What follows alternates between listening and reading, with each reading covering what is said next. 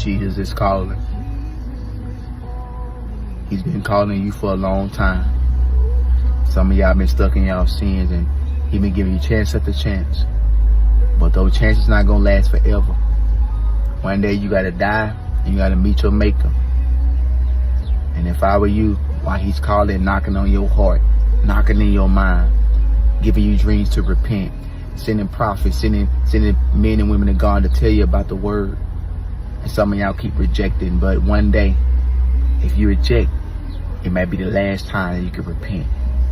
Don't let your rejection be the last time you can repent. You end up leaving this world and can never get saved. He's calling. Come to him. Repent for your sins, get baptized in Jesus' name, and filled with the Holy Ghost. Get you a church to go to, a house of God, so you can learn and grow.